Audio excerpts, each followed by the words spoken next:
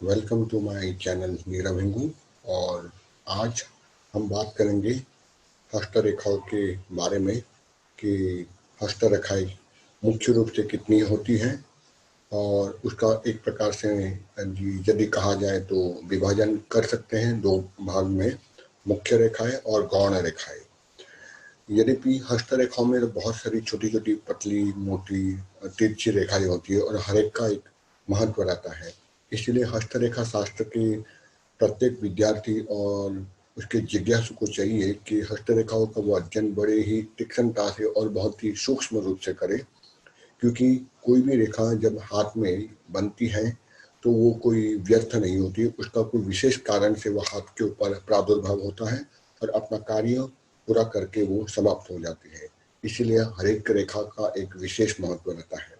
उसको गौण रेखा भी कहते हैं और मुख्य रेखाएं हाथ में तो रहती है। तो आज हम बहुत छोटा वीडियो रहेगा आज के इस एपिसोड में, पर हम बात करेंगे कि हर एक रेखा कितना महत्व रखती है और कौन सी मुख्य रेखाएं हैं और कौन सी गौण रेखाएं हैं।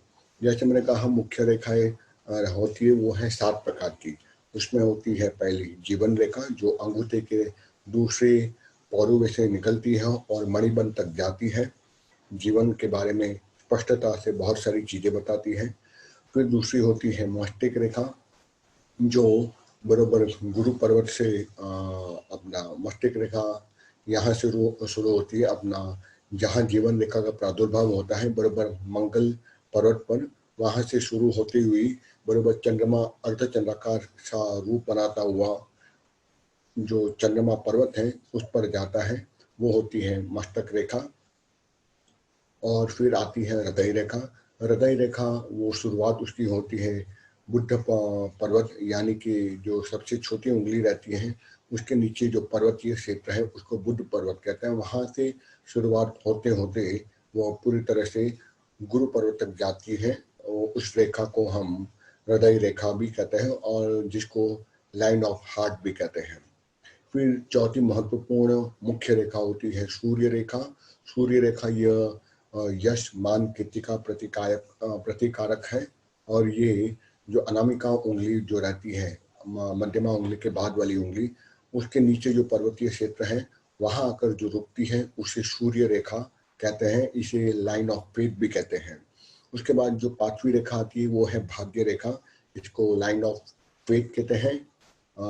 सॉरी, मेरी मिस्टेक हो गई कि जो सूर्य रेखा है उसको सन लाइन कहते हैं और जो भाग्य रेखा है उसको लाइन ऑफ फेट कहते हैं। और ये लाइन ऑफ फेट या लाइन ऑफ सैट्यून भी कहते हैं, क्योंकि ये सैट्यून पर्वत यानी कि शनि पर्वत पर इसका जो अंतिम छेड़ा होता है या इसका जो समाप्तिकरण होता है वो शनि पर्वत, जो मध्यमा उंगली के नीचे का जो मासल है, जो क्षेत्र है, उसे शनि पर्वत कहते हैं। इसलिए इसे शनि रेखा भी कहते हैं। और छठी जो महत्वपूर्ण और मुख्य रेखा आती है वो होती है स्वास्थ्य रेखा। स्वास्थ्य रेखा किसी भी पर्वत से शुरू होती है, लेकिन उसका जो अंतिम समाप्तिकरण होता है वो मुख्य रूप से बुद्ध पर्वत की तरफ होता है।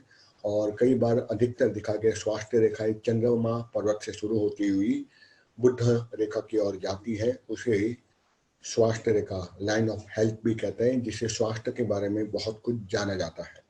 और अंतिम जो मुख्य रेखाएं गिना जाता है वो है विवाह की रेखा यानी लाइन ऑफ मैरिज। ये बुद्ध रेखा के आदि पर्वत पर अंदर अंदर की ओर रहती है, जिसे लाइन ऑफ मैरिज कहते हैं। और आधी तिरछी रेखा यानी कि ऑलमोस्ट हॉरिजॉन्टल फॉर्मेशन में ये रहती है।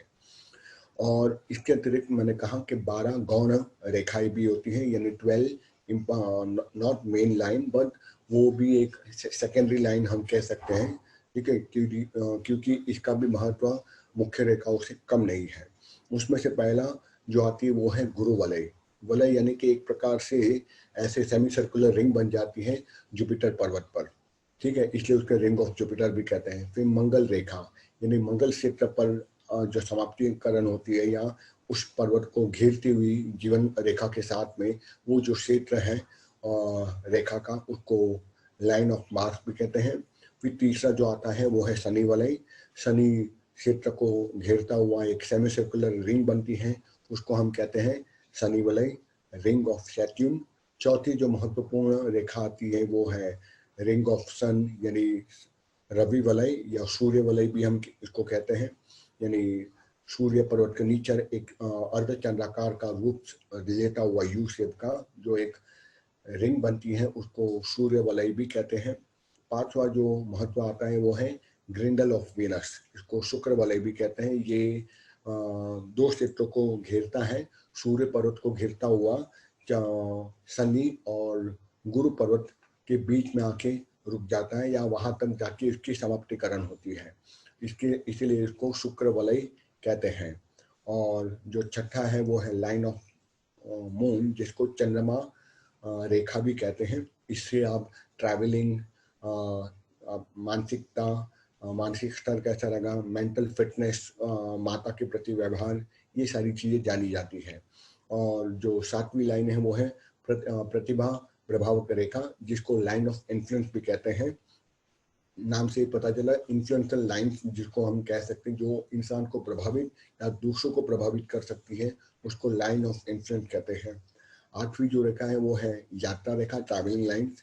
ट्रैवलिंग लाइन्स अधिकतर ये चंद्रमा पर्वत, यानी ये जो क्षेत्र है यहाँ का चंद्रमा पर्वत के ऊपर आड़ी तिरछी जो रेखा होती है उसको लाइन ऑफ जर्नी या लाइन ऑफ ट्रैवलिंग भी कहते हैं। और नौवीं जो रेखा है वो है लाइन ऑफ चाइल्ड या लाइन ऑफ चिल्ड्रन, हिंदी में उसको बोलेंगे संतान की रेखा या संतान रेखा। ये भी बराबर जो मैरिड लाइन है, यानी ये बुद्ध पर्वत है और यहाँ जो आड़ी रेखा होती है जिसको कहते हैं विवाह रेखा, उस पर ही और एकदम आछी और बहुत ही महीन जो रेखा होती है खड़ी या तीड़ी रेखा, उसको हम संतति रेखा या संतान रेखा भी कहते हैं। ठीक है।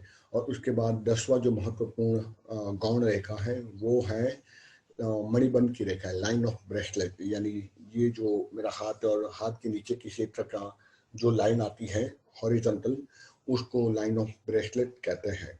11वीं गौण रेखा है उसको कहते हैं सडन लाइन, उसको आकस्मिक रेखा भी कहते हैं, जो कहीं पर भी किसी भी पर्वत पर आती है, कुछ समय के लिए उसका प्रादुर्भाव होता है, अपना प्रभाव दिखाकर वो रेखा समाप्त हो जाती है अपना कार्य करके, इसलिए उसको सडन लाइन या उसको प्रभावक रेखा या आकस्मिक रेखा मैं कहूँगा। आकस्मिक रेखा, आकस्मिक यानी कभी भी उत्पन्न हो जाता है, उसको आकस्मिक कहते हैं। ठीक है। और 12वीं और बहुत ही महत्वपूर्ण, लेकिन उसको गौण रेखा के अंतर्गत माना गया है, वो है line class, high class line कहते हैं, यानी कि उच्च पद रेखाएं। एक प्रकार से जो उच्च स्तर पद को दिलाती है व्यक्ति को, उसको उच्च पद रेखा भी कहती है। और इससे नाम से ही पता चलता है उच्च पद को प्राप्त कराने में जो सहायक रेखा है उसको उच्च पद रेखा भी कहते हैं। तो इस प्रकार से मैंने आपको बताया कि किस प्रकार से मुख्य रूप से 7 मुख्य रेखाएं हैं और 12 गौण रेखा है, लेकिन 12 और 7 मिलाते हैं तो हो जाता है 19। तो ये 19 रेखाएं हैं जो हाथ पर पाई जाती हैं और प्रत्येक का अपना एक विशेष महत्व है। आने वाले एपिसोड में हम बात करेंगे एक एक 3 प्रकार की रेखा, यानी मोटी रेखा, पतली रेखा, गहरी रेखा किसको कहते हैं, और उसके साथ साथ में एक महत्वपूर्ण टिप्स दूंगा कि हाथों की रेखाओं को अध्ययन करते समय कौन कौन सी चीजों का ध्यान रखते हैं। आज के लिए इतना ही है। आशा रखता हूँ आपको ज्ञान प्राप्त हुआ होगा और अच्छा लगे मेरा ये एपिसोड तो लाइक कीजिए, कमेंट कीजिए and do subscribe to my channel Nirav Hingu and also press on the bell icon. Till then, bye bye, take care, Jai Bharat.